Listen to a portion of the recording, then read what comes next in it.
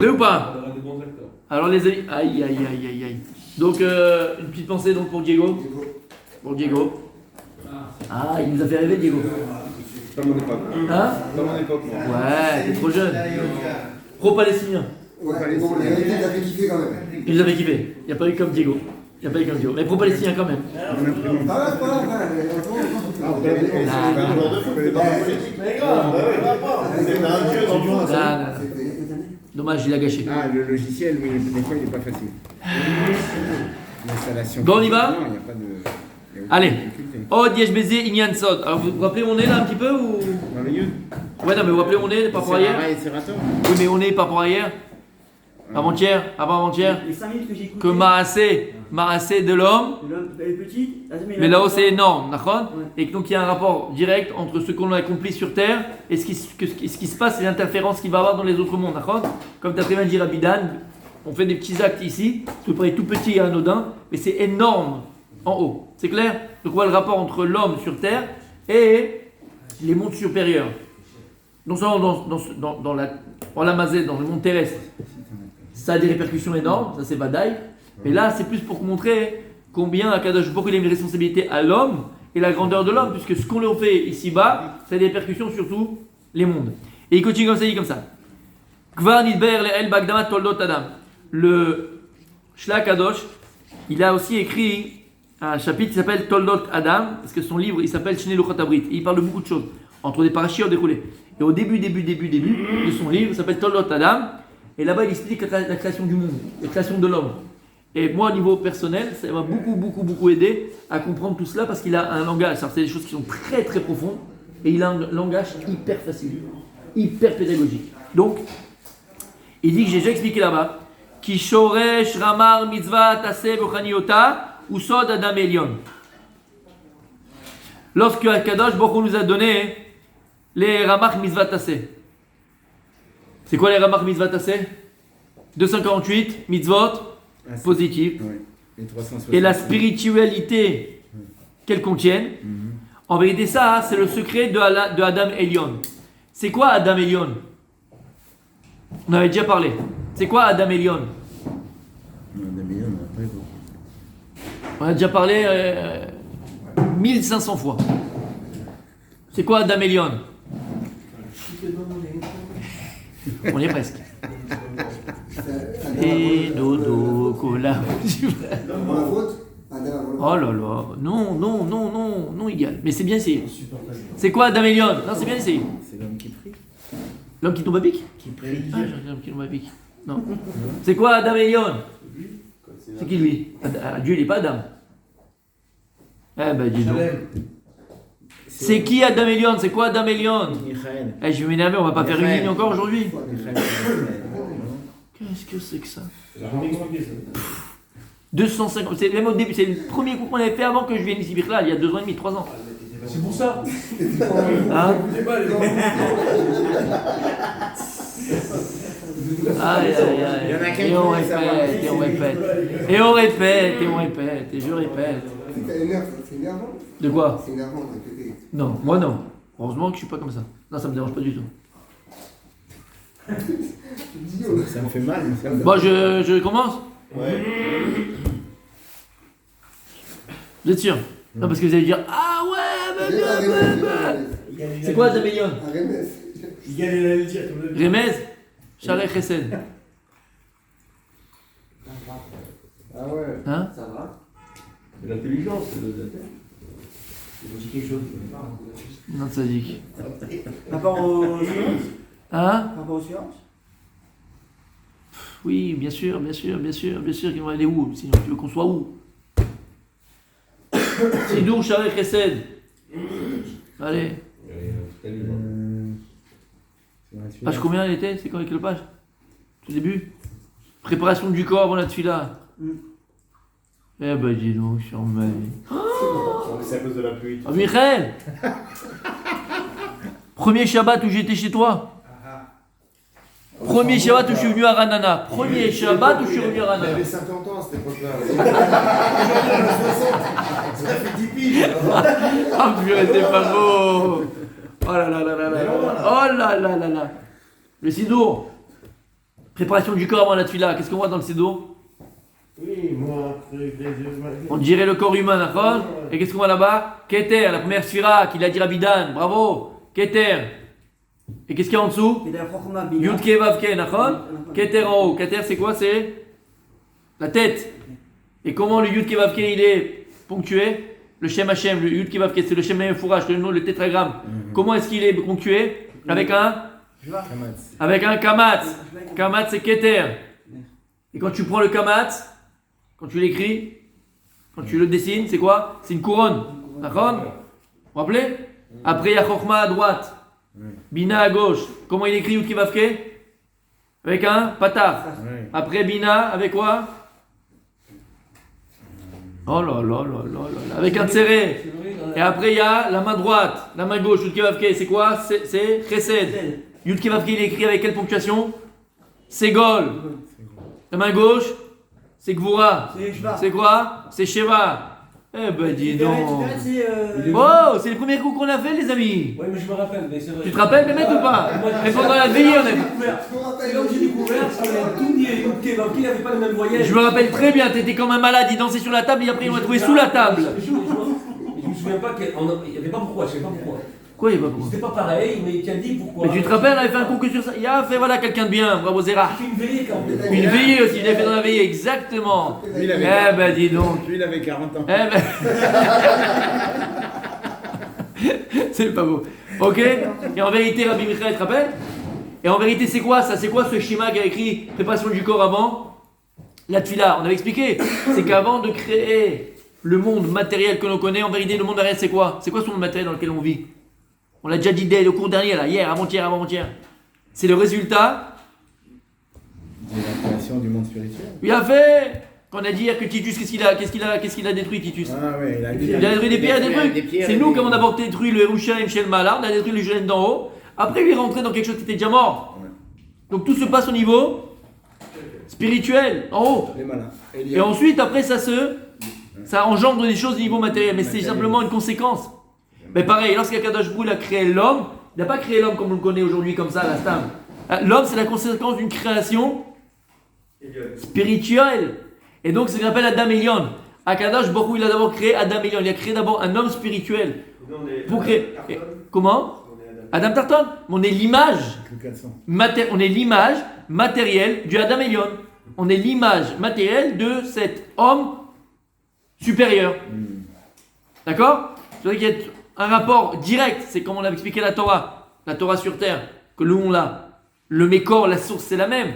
Mais c'est pour elle va prendre une forme matérielle. Et lorsque Akadosh Baruch Hu a créé l'homme au niveau dans les mondes supérieurs, au niveau spirituel, lorsque cette création va traverser les mondes pour arriver à notre monde à nous, quand elle va se matérialiser, eh ben alors le chesed il va avoir un bras, c'est la main droite, et c'est pour ça que quand tu fais du bien en général, tu fais avec la main droite. C'est pour ça que la tête, c'est chokhma et bina. Quand tu réfléchis, l'intelligence rationnelle elle est à droite. La bina, c'est quoi? C'est la compréhension profonde. Elle est à gauche. C'est pour ça que le masculin, c'est le droit. Le féminin, c'est le gauche. Yaakov, Rachel. Vous vous rappelez ou pas un petit peu? Magnifique. Donc c'est quoi Adam Elion? En deux mots, si je te demande demain. C'est le Makor. Notre moi, chacun. Le Makor. Le miroir spirituel, c'est ça? C'est l'homme spirituel que Dieu a créé. Le Makor de l'homme. C'est le Mékor de l'homme, c'est notre source. C'est la source de la création de l'homme. C'est la source ou c'est la source. Un Adam Elion? Ah non, bien tous du même Adam Elion. Non, il n'y en a qu'un, il n'y en a pas 10 000. C'est le même.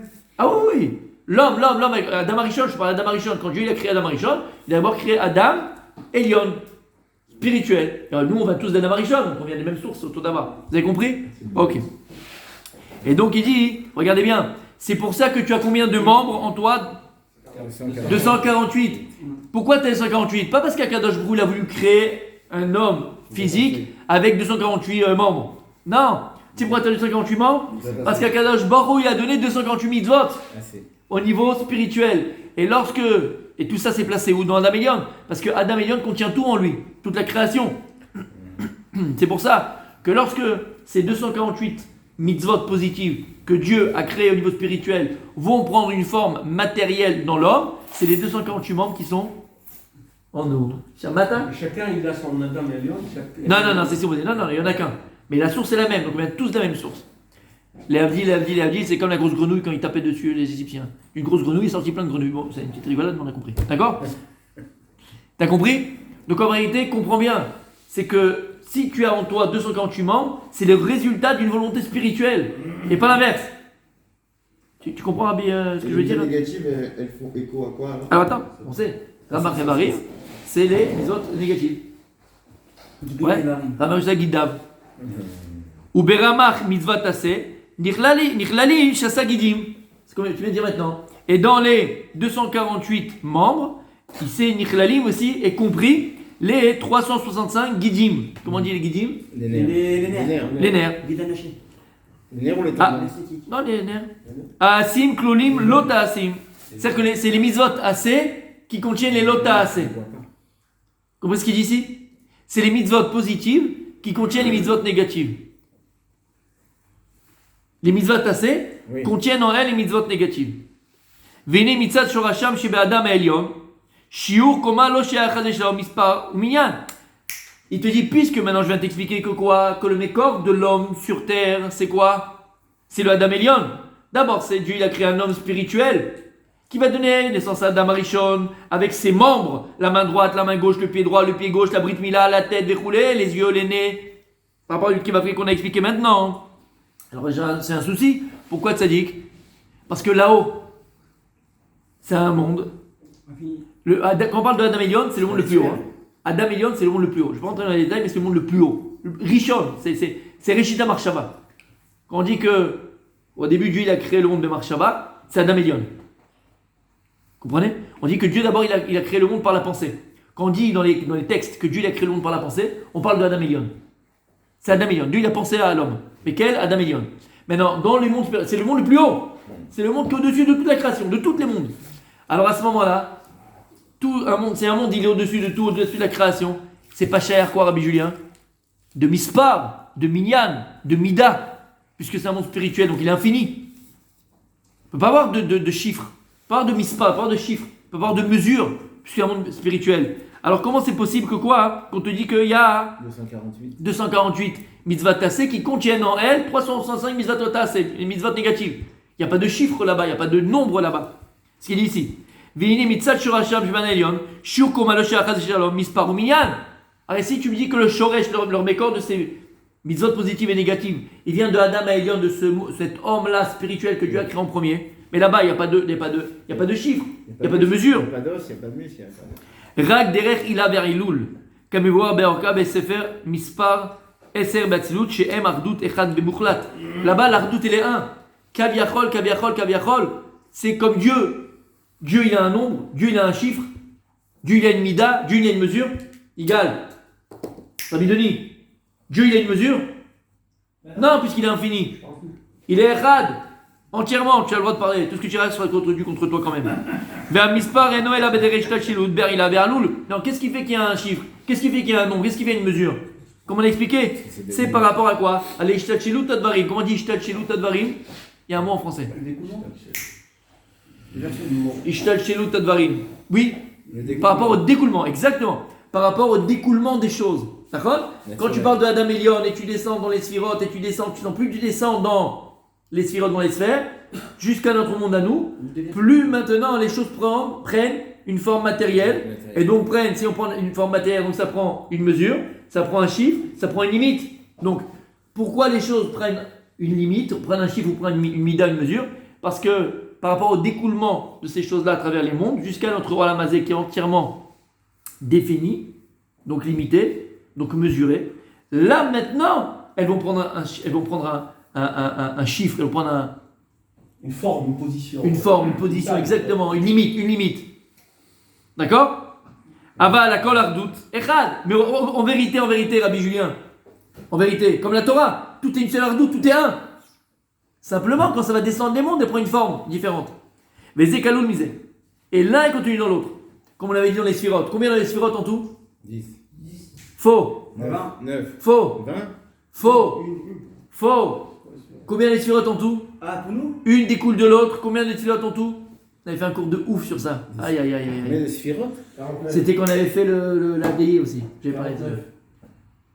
Combien de sphirotes? En tout cas, vous avez dit 20 il y a 2 jours. oui. C'est pas changé. Non, parce qu'il y a un... On avance, oui. Dans chaque ligne, il y a un truc avec Ouais, alors combien on a en tout? Ah, on n'a pas 49?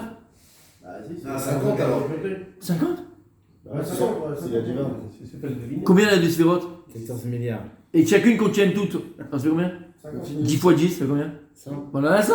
Puisque dans Keter, il y a les 9 autres. Après, tu prends Chesed dans Chokhmah, il y a les 9 autres. Ah, ça Dans Bina, il y a 9 autres. Donc c'est 10. Voilà. Bah, L'une, elle s'en tire 9. 10 au carré. 10 au cas, ça fait combien? Ça fait 100. 10 au cas, ça fait 100. Mais alors, c'est quoi, on avait, il te rappelle, Rabbi Julien? Qu'est-ce que représente ces 100?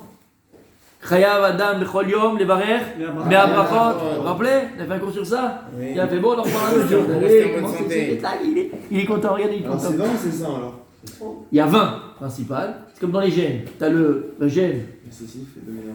dominant récessif, mais c'est pareil. L'histoire, nous croit qu'il n'y a que 10. D'accord? Non. C'est d'où tu vois ça? D'où tu sais que ce que je te dis c'est vrai? Même si tu le crois, tu le sais. D'où tu sais? T'es ma amie. D'où tu le sais? Quand on compte les sphirotes, les sphirotes à Homer, Donc 40. combien on fait quand? Parce qu'on ne compte pas les troisièmes, les trois premières. Keter, Chokhmah et Bina, ça nous dépasse. Nous, ce qu'on a, ça part du Chesed, les 7. On a une Achiza, c'est vrai qu'on a les 7 ou Shpizim. D'accord? Qu'est-ce qu'on fait quand on a les sphirotes à Homer? Premier jour, qu'est-ce que tu comptes? Chesed chez Chesed, Chesed chez Gvura, Ah oui, Chesed chez chaque Bina, semaine, ça Chesed change. chez Chokhmah. C'est le 49, parce qu'on n'a pas les trois premières. Et tu vois que chaque sphira, en vérité, contient en elle tous les autres sphirotes. Puisqu'en vérité, c'est quoi? C'est comme une grande goutte que j'ai en haut. On va dire c'est Yud Kivavke. Et de Yud Kivavke, il va sortir Keter.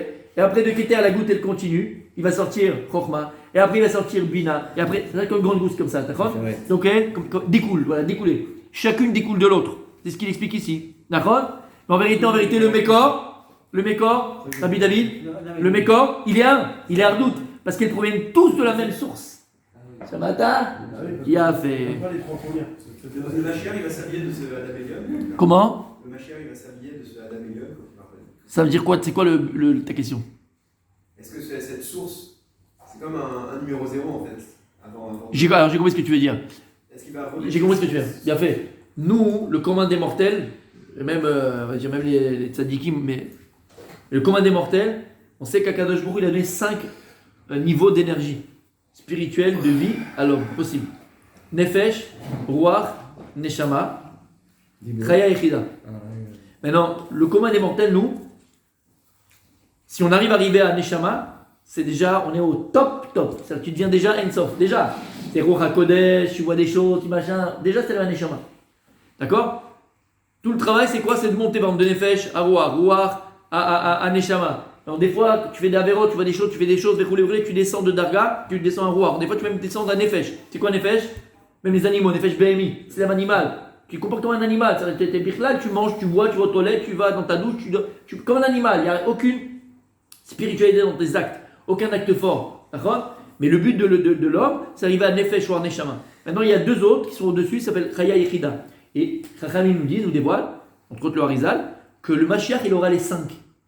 Et en vérité, c'est ça. C'est un peu comme, tu sais, niveau de la puissance. Quand tu arrives à 5, c'est que tu te connectes à ton Adam Elion. Exactement. Et donc là, c'est écrit qu'il fera la guerre, pas avec les armes. Il fera la guerre, le Mashiach. Comment il fera la guerre? Avec sa bouche. Avec sa bouche. Sa bouche. Comment ça? Avec sa bouche. Comment ça, bien sûr? Avec sa bouche. Il dira un mot, paf. T'as plus. Comment il va reconnaître les gens? Par la parole. Réaf.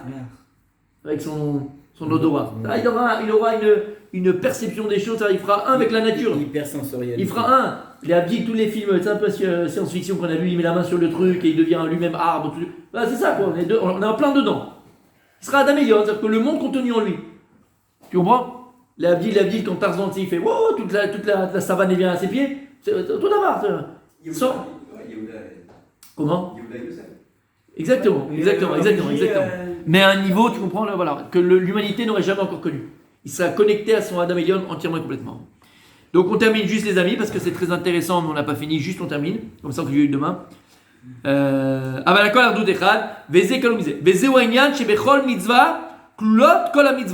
Voilà, on s'arrêtera là, mais écoutez bien, ça veut dire quoi? Maintenant on comprend bien une chose.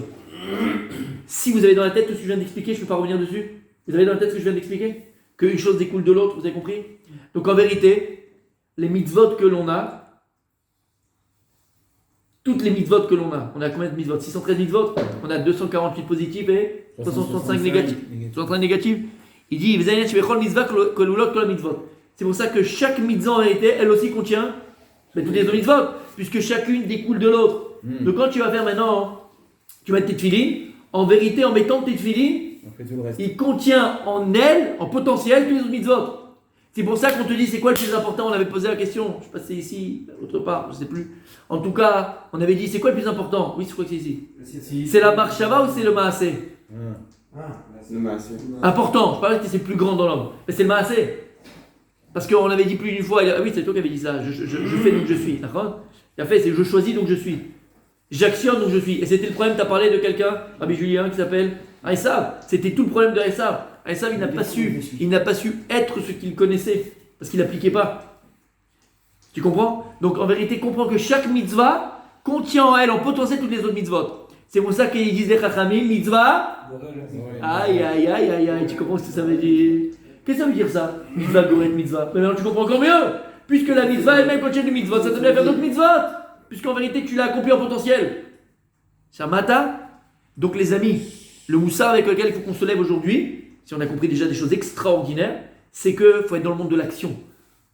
Tu ne veux pas dire moi Dieu est dans mon cœur, moi Dieu est dans ma pensée, c'est super de penser à Dieu, c'est super d'avoir Dieu dans son cœur, mais à quelque chose ce qu'il veut, si tu l'aimes vraiment, c'est que tu accomplisses pour toi. Parce qu'à partir du moment où tu vas commencer à accomplir, tu vas t'attacher aux 613 mitzvot. Et c'est ce qui va t'amener à amener à accomplir les autres. Et on avait fait un cours que sur ça, vous vous rappelez, cette fois-ci il y a une veillée. Il y a une mitzvah de toutes les mitzvot qui collait kol la mitzvot. Et que tu accomplis, là, celle-là, tu l'as vraiment, et tu t'habilles de toutes les mitzvot. Tzitzit. Mitzvah tzitzit. C'est vrai qu'elle est très importante quand tu prends et tu fais le calcul de tous les 9 roules, on arrive à 613. On a en nous les 613 mitzvot. 587. À bon entendeur. Salut. Salut. C'est bizarre, puis on dit que